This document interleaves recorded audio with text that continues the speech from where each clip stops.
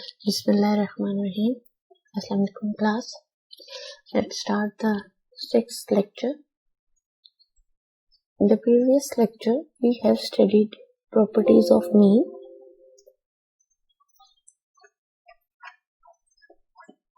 In this lecture, we will study measures of non-central locations that are known as quantiles.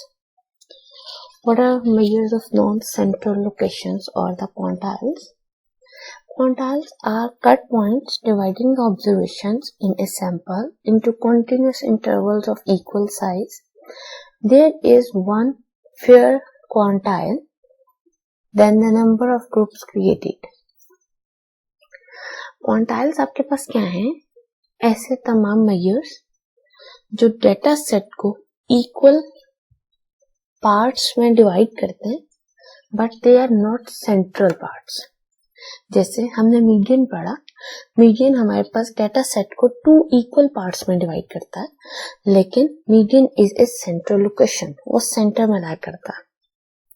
Quantiles हम जितने भी पढ़ेंगे वो भी डेटा सेट को इक्वल पार्ट्स में डिवाइड करेंगे, but they are not central measures.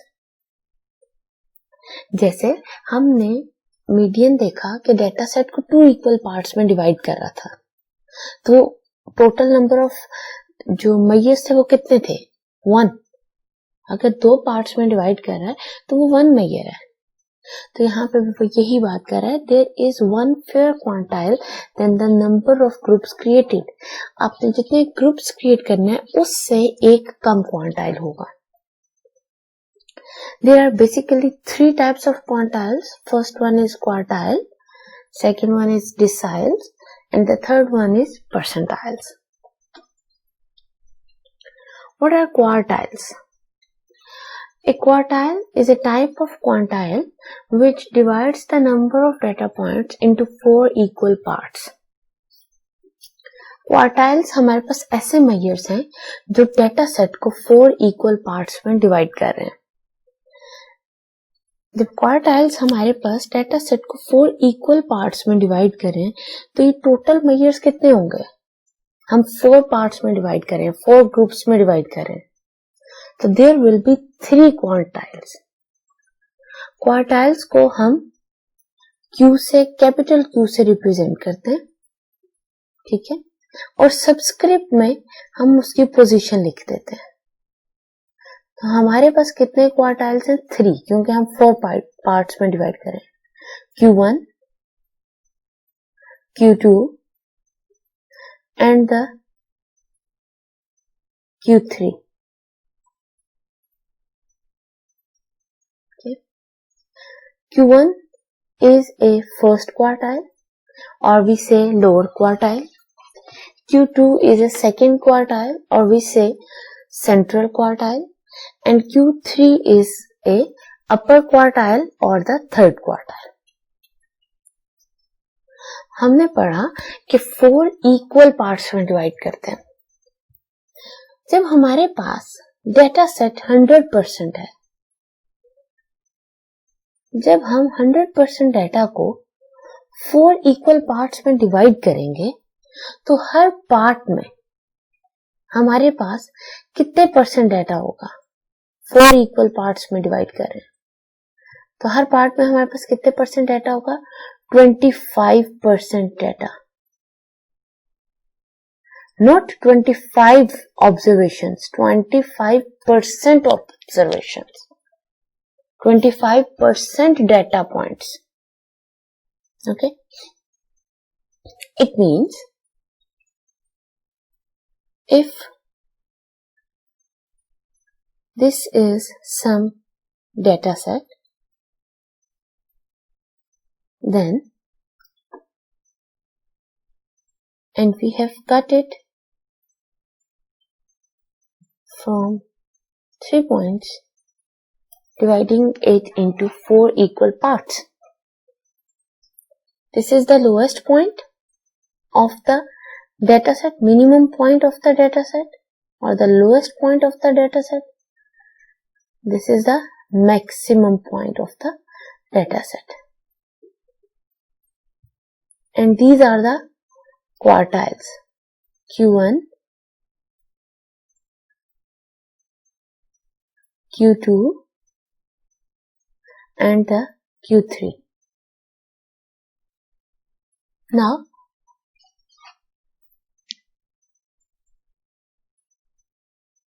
how many or how much percent of the observations lies below Q1? There are 25% observations lies below Q1. इधर हमारे पास 25% ऑब्जर्वेशन है। अब Q1 और Q2 के दरमियान भी कितनी है? 25%।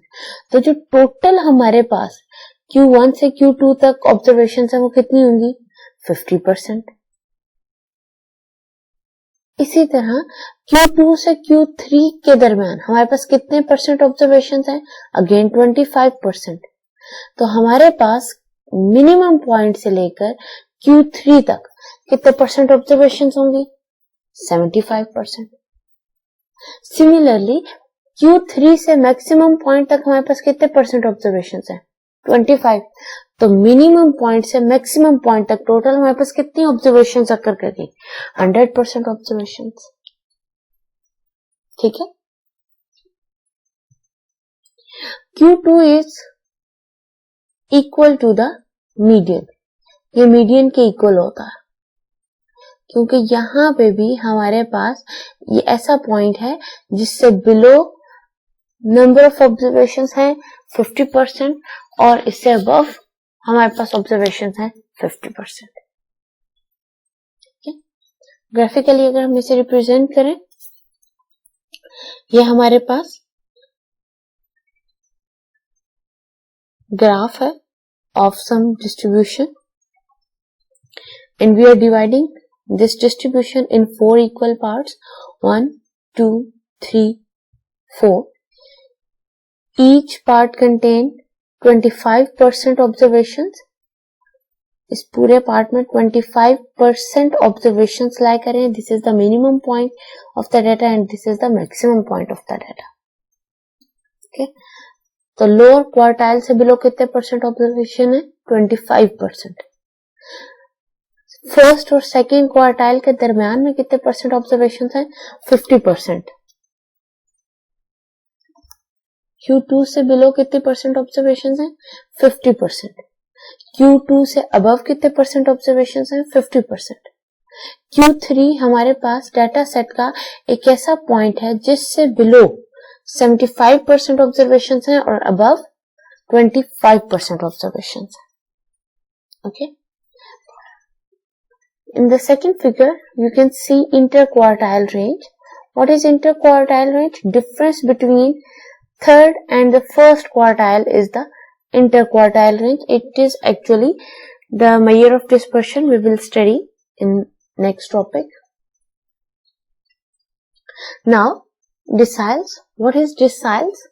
As we have studied, quartiles divide data set into 4 equal parts. Deciles divide data set into 10 equal parts. That is why these are known as deciles. We can see from its name. As deciles divide data set into 10 equal parts, how many measures are there? There are 9 measures. It is represented by capital D and its position is represented in the subscript. D1, D2, D3 and so on D9. There are 9 deciles which divide data set into 10 equal parts.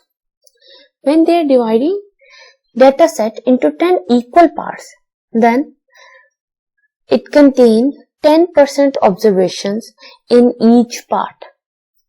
हमारे पास, let's suppose this is some data set which we are dividing into 10 equal parts. and the last one is D9. And deciles divide the whole data set into 10 equal parts. So there are 10% observation in each part. Her part में हमारे पास 10% observation होंगे. So when we interpret deciles, for example, we have to interpret D4. What is D4? क्या information हमें बता रहा है D4? D4 कैसा point है? So D4 is some point of data set below which 40% observations lie. 10% minimum point से D1 तक, 10% D1 से D2, 10% D2 से D3 and 10% D3 से D4.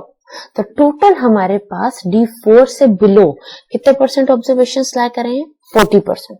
और D4 से अबव कितनी परसेंट ऑब्जर्वेशंस लाई कर रहे हैं? 60%. Similarly, if we say interpret point D7, what is D7?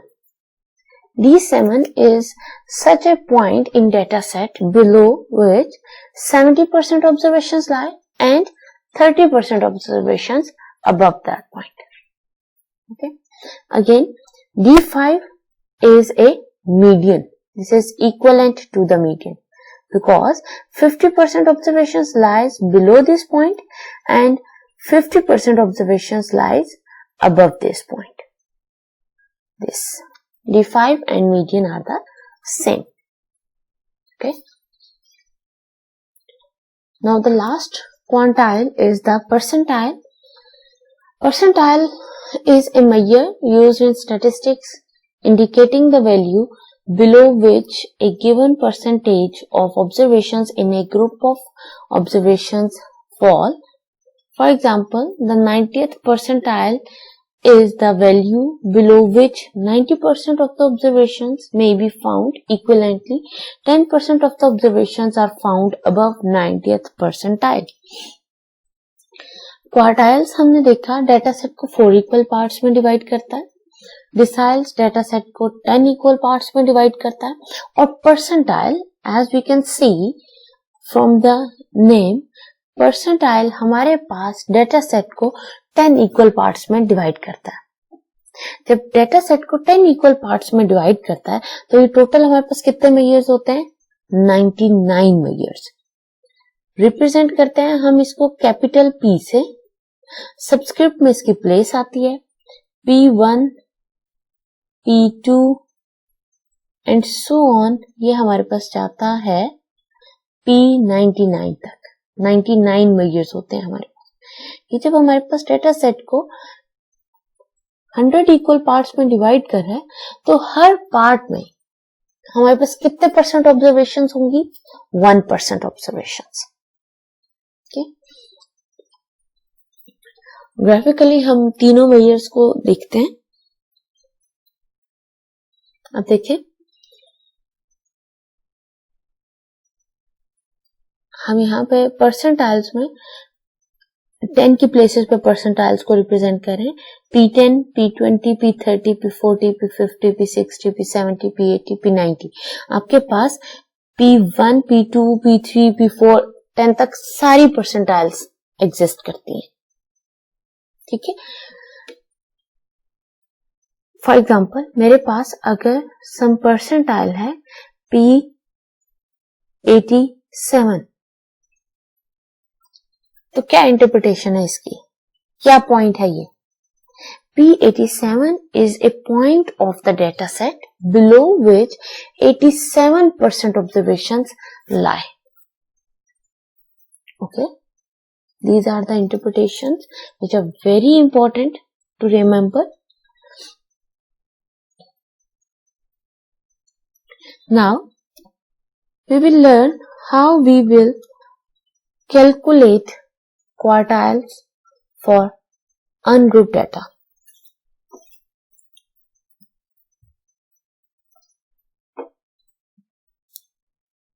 Quartiles, deciles, percentiles हमारे पास कैलकुलेट करने के लिए बिल्कुल वही लाइंस हम फॉलो करते हैं जो कि हम मीडियन में करते हैं। मीडियन में देखा हमने, हमारे पास दो केसेस आते हैं, when n is odd and n is even. यहां में हम n जो नंबर ऑफ ऑब्जर्वेशंस है उनको इवन और ऑड लेके नहीं चलेंगे, थोड़ी सी हमारे पास चेंजिंग आती है, दैट इज jn/4। मीडियन में हम n को 2 पार्ट्स में डिवाइड करते हैं डेटा सेट को, इसलिए हम n को 2 से डिवाइड करते थे। यहाँ पे हम क्वार्टाइल्स हम फाइंड करें 4 पार्ट्स में डिवाइड होता है, इस वजह से n को हम 4 से डिवाइड करते हैं। दूसरी चीज, ये j जो है ये हमारे पास प्लेस को डिफाइन कर रहा है कि हम कौन से वाला क्वार्टाइल फाइंड करें, फर्स्ट क्वार्टाइल, सेकंड या थर्ड। जब हम फर्स्ट क्वार्टाइल फाइंड कर रहे हैं तो यहाँ पे 1 मल्टीप्लाई होगा, जब हम सेकंड क्वार्टाइल फाइंड करेंगे हमारे पास 2 मल्टीप्लाई होगा, थर्ड फाइंड करेंगे तो 3 मल्टीप्लाई होगा। The first case is when jn/4 is not an integer। हमारे पास नंबर ऑफ ऑब्जर्वेशन ऐसे हैं कि जब हम उसको j से मल्टीप्लाई करें तो it is not an integer. Then the jth quartile is given as jn/4 plus 1th observation। Observation with ordinal number jn/4 plus 1।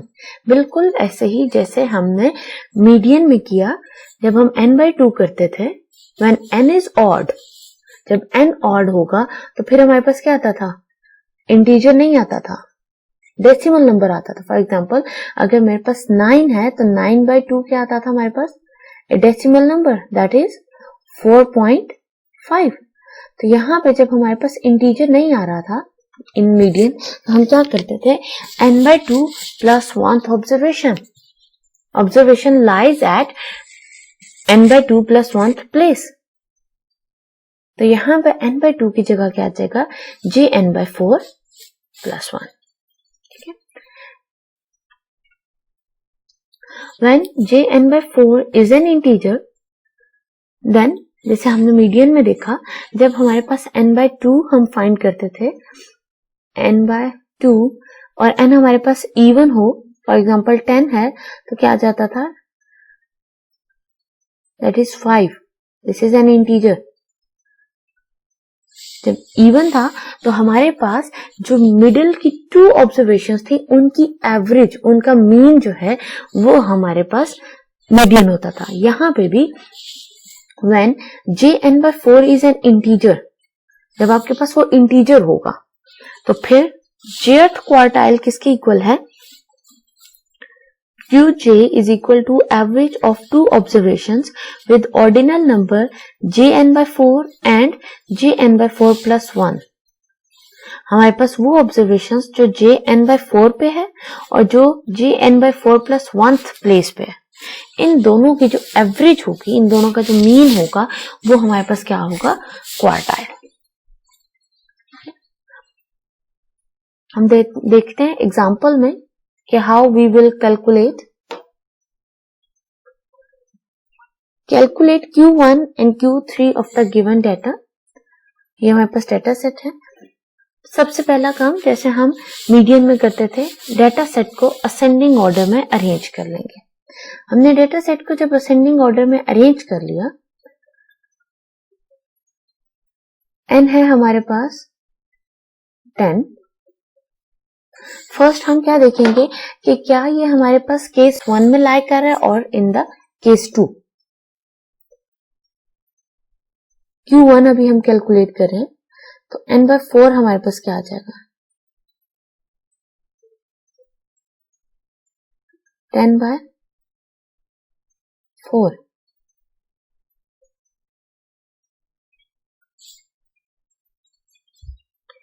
n/4 हमारे पास आ गया 2.5। ये क्या है हमारे पास, इट इज नॉट इंटीजर, हमारे पास फर्स्ट केस आ रहा है। जब ये इंटीजर नहीं है तो फिर हमारे पास Q1 फर्स्ट क्वार्टाइल क्या होगा, Q1 इज इक्वल टू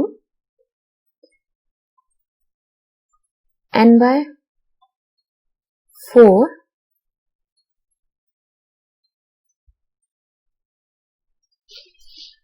हमारे पास because 2.5 is not an integer है, तो क्या आ जाएगा n/4 + 1 ऑब्जर्वेशन। 10/4 + 1 वैल्यू, 10/4 क्या 2.5 + 1 वैल्यू, दैट इज 3.5 वैल्यू। तो ये हमारे पास जब हम इसको राउंड ऑफ करेंगे तो that is equal to 4th value. तो हमारे पास Q1 क्या आ जाएगा इस डाटा सेट के लिए, Q1 is not 4, Q1 is 1 2 3 4, fourth observation, that is 85। Okay, ये हमारे पास फर्स्ट क्वार्टाइल आ जाएगा। जब हमने थर्ड क्वार्टाइल फाइंड करना है,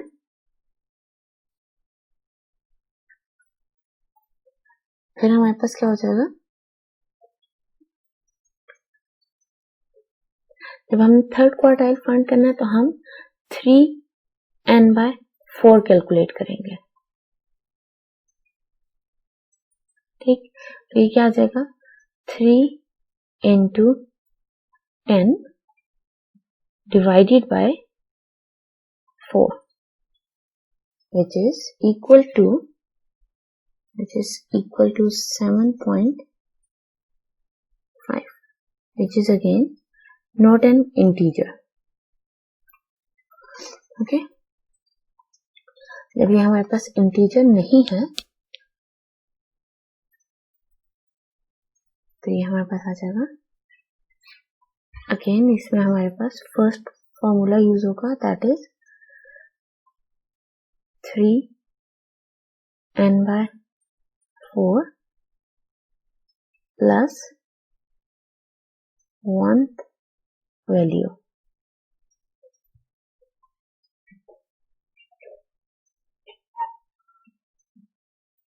that is 7.5 plus 1,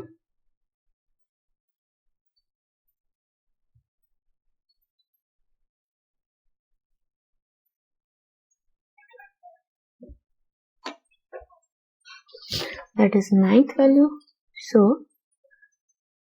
100 is our Q3। okay, Q3 हमारे पास क्या आ गया 100। और एक बात आपने याद रखनी है, जरूरी नहीं है कि अगर n/4 जब हमने किया ये डेसिमल आया इंटीजर नहीं आया तो ये हर एक के लिए इंटीजर ही होगा। अगर यहाँ पे हम Q2 कैलकुलेट करते तो फिर हमारे पास ये क्या आ जाता, हमारे पास इंटीजर केस आ जाता। Q2 में क्या होता 2 × 10 divided by 4, which is equal to 5। okay? तो फिर हमारे पास इसमें दूसरा फार्मूला लगता। क्लियर है? सेकेंड एग्जांपल हम देखते हैं, वही डेटा सेट है, सिर्फ हमारे पास दो चेंजिंग आई है कि दो ऑब्जर्वेशन हमारे पास यहाँ पे मिसिंग है, एक 75 और एक 85।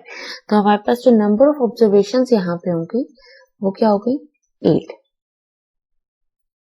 ठीक है, अब जब हम Q1 कैलकुलेट करना चाहते हैं तो हम क्या करेंगे, n/4 फाइंड करेंगे।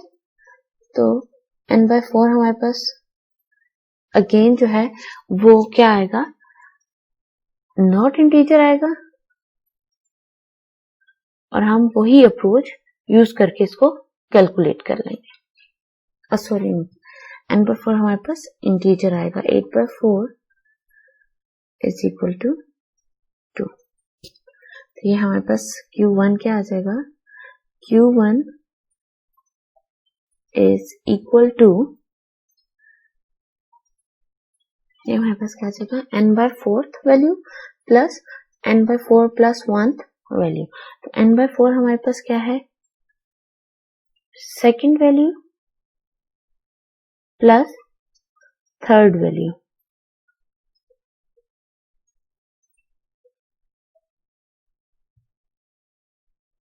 तो ये हमारे पास क्या आ जाएगा 1/2 ऑफ, सेकेंड वैल्यू है हमारे पास 80 और थर्ड वैल्यू है हमारे पास 85।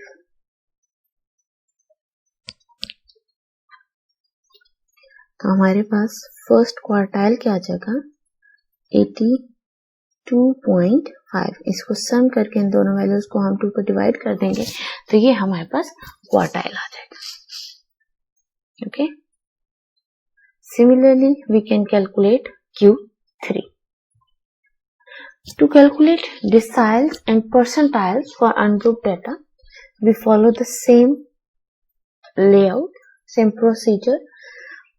यहाँ पे क्योंकि हम डिसाइल्स में डेटा सेट को 10 इक्वल पार्ट्स में डिवाइड करते हैं, इस वजह से हम JN को 10 पे डिवाइड करेंगे and the remaining is same। when JN by 10 is not an integer, observation with ordinal number JN by 10 plus 1 is the DJ, that decile। और when it is integer तो हमारे पास इन दोनों ऑब्जर्वेशंस का जो mean होगा that will be the decile। In percentiles हमारे पास यहाँ पे डिवीजन में 100 आ जाएगा।